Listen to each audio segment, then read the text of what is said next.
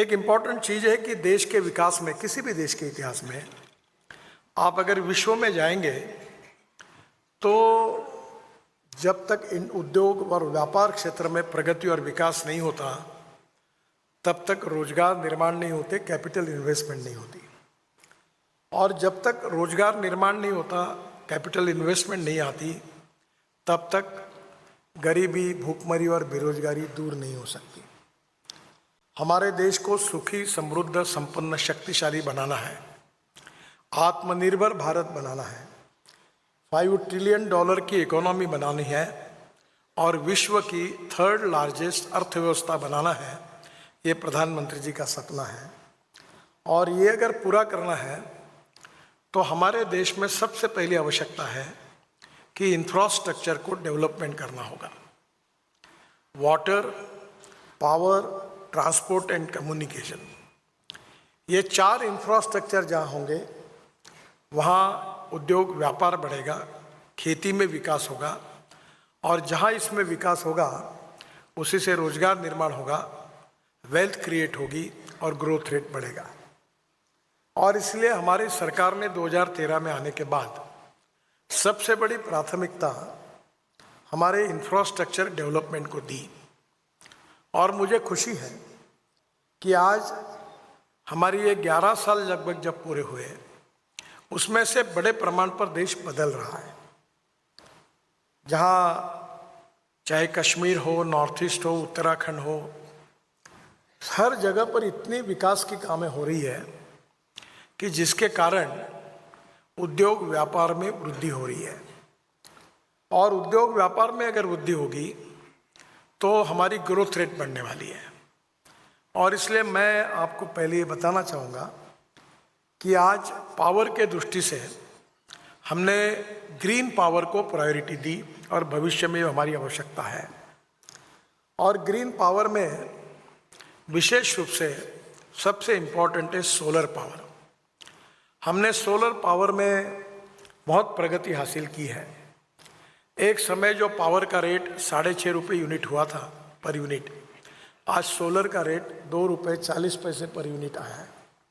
और हमारी power basket में मोर देन 42% पावर अब जो है वो ग्रीन पावर है।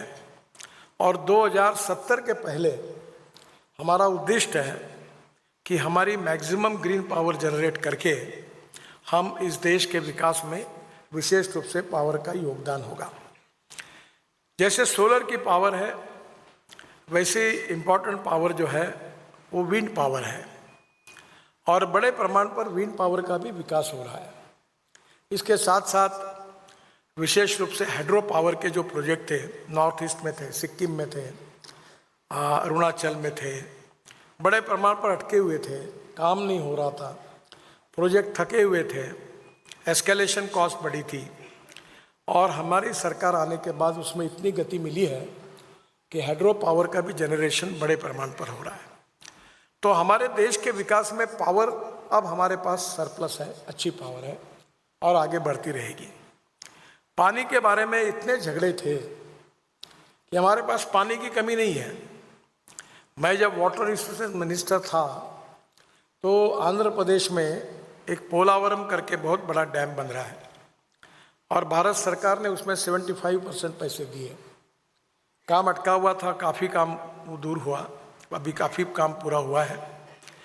वो पानी वहाँ मिलने के बाद में भी 1300 TMC पानी समुद्र में जा रहा है। और ये पानी अगर हम रोकते हैं तो हम हमारे देश को सुजलाम सुफलाम कर सकते हैं। पानी की कमी नहीं है, पानी के नियोजन की कमी है। आपको पता होगा कि 1970 से करीब 23 झगड़े ऐसे राज्यों में थे कि पानी के बारे में कोई निर्णय नहीं होता था। मैं जब वाटर रिसोर्सेज मिनिस्टर था तो मैंने उस समय इन राज्यों को, पंजाब, हरियाणा, उत्तराखंड, हिमाचल, कश्मीर, दिल्ली, इन राज्यों को बुलाकर 17 झगड़े निपटाए।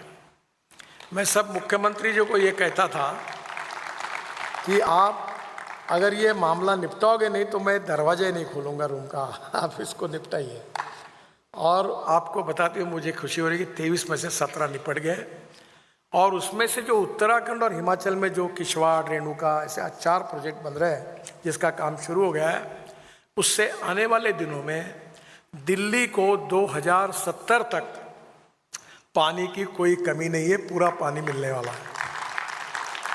और कल मुझे दिल्ली के मुख्यमंत्री मिलने के लिए आई थी, तो मैंने उनको कहा कि आप 24/7 24 घंटे पानी की योजना दिल्ली के लिए लागू करो। तो पहली बात तो यह है कि पानी हमारे देश में काफ़ी बड़े प्रमाण पर 47 रिवर कनेक्टिविटी, नदी जोड़ प्रकल्पों को हमने DPR बनाया है।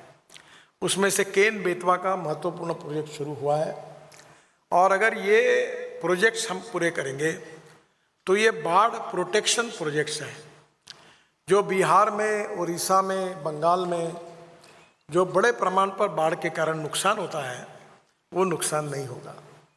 तो रिवर कनेक्टिविटी के कारण हम पानी की, हमारे पास कोई समस्या नहीं है, पानी का नियोजन हो रहा है, और उसको डीप इरिगेशन भी आया है। सबसे बड़ी सफलता ये है कि दौड़ने वाले पानी को चलने के लिए लगाओ, चलने वाले पानी को रुकने के लिए लगाओ, और रुके हुए पानी को जमीन को पीने के लिए लगाओ। गांव का पानी गांव में, खेत का पानी खेत में, घर का पानी घर में। अब मेरी बात को थोड़ी सी गंभीरता से इसलिए लीजिए कि मैं एग्रीकल्चर में ही काम करता हूँ, और मुझे 11 डिलीट्स मिली है डॉक्टरेट्स। उसमें से 6 डॉक्टरेट मेरी कृषि विज्ञान में है, और 5 जो है वो जल संवर्धन में है। तो नदी, मैंने महाराष्ट्र में और देश में अनेक जगह प्रोजेक्ट किए, 1000 अमृत सरोवर बनाए, और उसके कारण वहाँ का सोशो इकोनॉमिक ट्रांसफॉर्मेशन हुआ, और वाटर की लेवल बढ़ी। कुआं 1 घंटा पानी निकलता था, अब 24 घंटे निकल रहा है, और उसके ऊपर 5 हॉर्स पावर 7 हॉर्स पावर के सोलर पंप लगे, और जिसके लिए बिजली का खर्चा नहीं के बराबर है। तो ये बड़े प्रमाण per revolution agriculture rural sector में हो रहा है। तो इसलिए पानी की समस्या का भी कोई हमें प्रॉब्लम नहीं है। रोड इंफ्रास्ट्रक्चर में निश्चित रूप से मैं आपको बताना चाहूँगा कि हम 36 ग्रीन एक्सप्रेस हाईवे बना रहे हैं, और इतने बड़े प्रमाण पर पूरे देश में बना रहे हैं कि हमने बेंगलोर से चेन्नई अभी हाईवे 2-3 महीने में इनॉग्रेट करेंगे। 6 घंटे लगते थे, अब 2 घंटे में होगा। मैसूर से बेंगलोर 3-3.5 घंटे लगते थे, अब 1 घंटे में होता है। मेरठ से दिल्ली 4.5 घंटे लगते थे, अब 45 मिनट में हुआ है। दिल्ली से जयपुर 3-4 महीने के बाद 2 घंटे में होगा। दिल्ली से अमृतसर 4 घंटे में होगा। दिल्ली से देहरादून 9 घंटे लगते थे, अब 2-3 महीने के अंदर दिल्ली से देहरादून 2 घंटे में होगा। और इसलिए ऐसे इतने हाईवे बना रहे हम कि गोरखपुर से सिलगुड़ी तक, वाराणसी से कलकत्ता तक टोटल 6 लाख करोड़ के हाईवे बना रहे हैं। मुंबई से हमने, जब अटल ब्रिज है उसको क्रॉस करने के बाद मुंबई पुणे एक्सप्रेस हाईवे था, वो भी बनाने का मुझे सौभाग्य मिला। वो एक्सप्रेस हाईवे के बाजू में मैं नया हाईवे बना रहा हूँ, और